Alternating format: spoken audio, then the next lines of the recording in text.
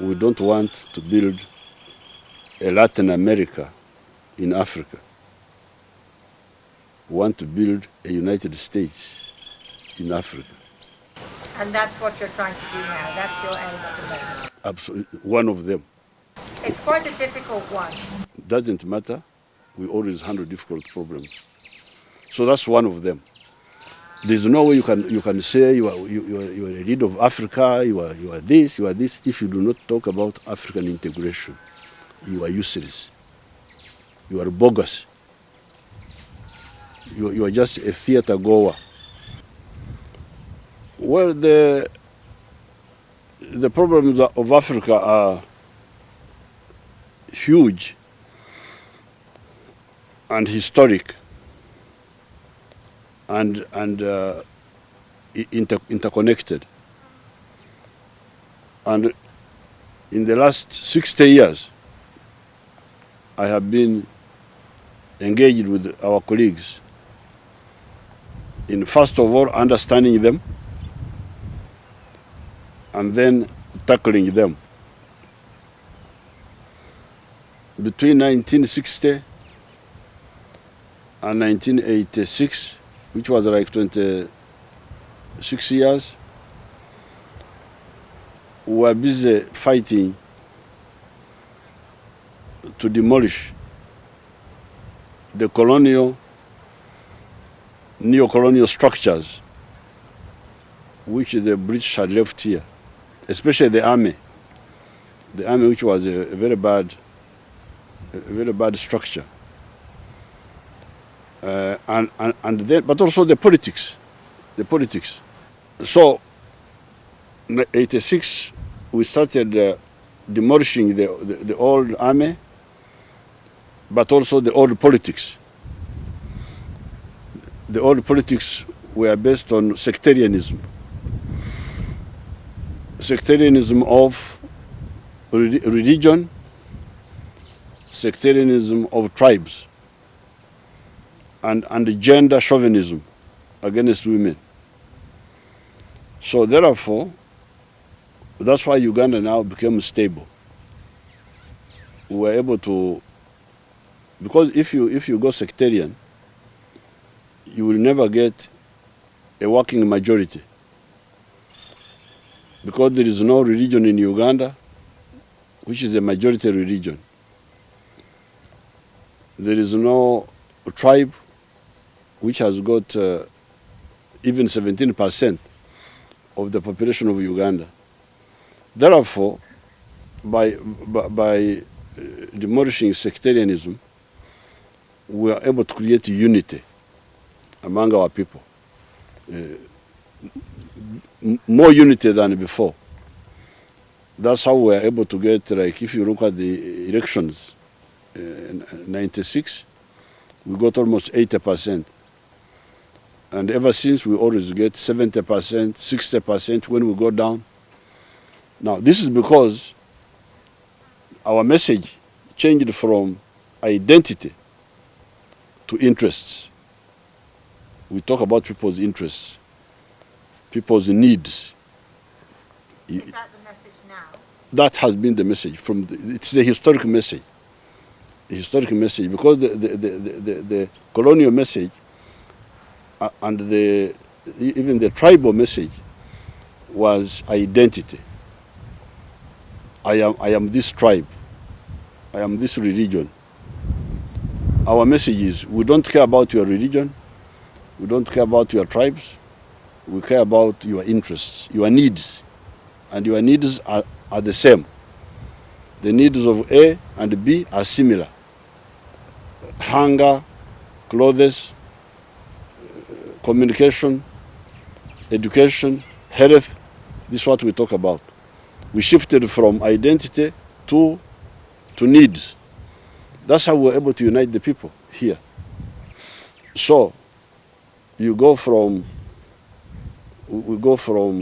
reject identity, politics, we go to politics of interests, of needs. So, people are united.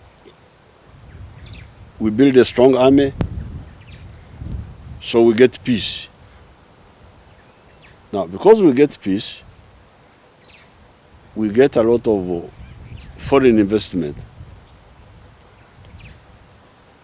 In 1986, we had only about 80 factories. We have now got 5,000 factories. And we have got very many. These are factories, not service companies. Service companies are even more. Hotels, banks, what have you. So that for the first time in the history of Uganda, you have got 700,000 people working in factories. These are more jobs than all the public service jobs. Because all the public service jobs put together, they are 480,000. But the people working in factories alone are 700,000. Then the ones working in services are 1.3 million. Then the ones working for ICT are now like 300,000. Now, because of that, but also the other historic problem of Uganda and Africa is, especially here in the tropics, is that we are a huge continent with a lot of natural resources, but with a small population.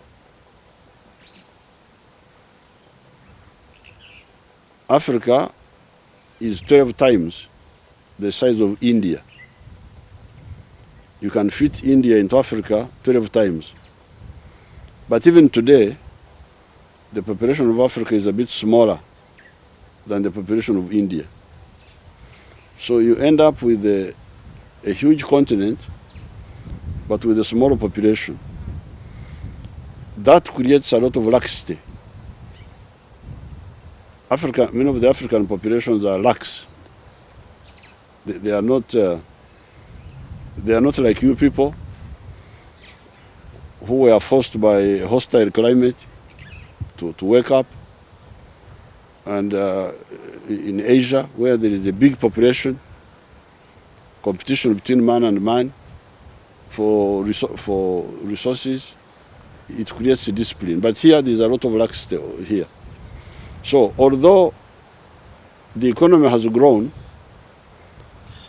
mainly fueled by foreign investment, especially from China, from India, from Arabia,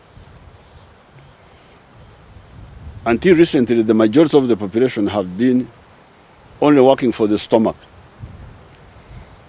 what they call subsistence farming. Even by the census of 1969, 96% of the population were working only for the stomach, for eating. The census of 2014, the people working for the stomach were now 68%. Fewer than 69, but still many. Between 1969 and 2014, which was like 6 years ago, 32% of the people had woken up from sleep and had gone into the money economy. Now it's a bit more. I think now it may be like 40% if you take this year, the ones who have woken up to produce for the stomach, but also for the pocket. It's a big struggle because it is a civilizational transformation to go from traditional to money economy. Now, when this one has happened, we have now got huge surpluses of everything. When you came here that time with Muhammad, Uganda was a land of shortages. shortage of sugar, shortage of this, shortage of that. As you see, some of those African countries you are talking about, they are countries of shortages. Now, Uganda, because of our correct analysis, although only about 40% of the population have woken up, is a land of surpluses. Our problem now is marketing, because the internal market is not enough. Too much sugar, too much milk, too much bananas, too much maize, too much cement, even industrial products. So now, the issue now is marketing now. Is marketing, because we have correctly handled the other issues. The big issue now is marketing. So that's why now, of course, this is not a new commitment for us. It's an old one, but it's now more realizable to struggle for the integration of the African market, the struggle for the integration of East Africa. Because without this, we are going to be in a lot of problems. We cannot, the present structure where Africa is fragmented in 53 small markets is very dangerous. We don't want to build a Latin America in Africa. We want to build a United States in Africa. And that's what you're trying to do now. That's your aim at the moment. Absolutely, one of them. It's quite a difficult one. Doesn't matter. We always handle difficult problems. So that's one of them. There's no way you can say you are a leader of Africa. You are this. If you do not talk about African integration, you are useless. You are bogus. You are just a theater goer. Because if we say private sector have now come. They are producing. But the internal market is not enough. And the African market is fragmented. And so the good thing is that in the past, first of all, the population was small, but also the people were not engaged in production, in commercial production. They were only engaged in subsistence. But now, if you go commercial, you cannot escape the issue of African integration. You cannot escape it. So, that is part of our agenda. And that's why I'm telling you that please don't bring me this fragmented yesterday, today, because yesterday is linked to today, and today is linked to tomorrow. So I don't agree with that. Oh, that was the past. Yes, it was the past, but the past influences the present.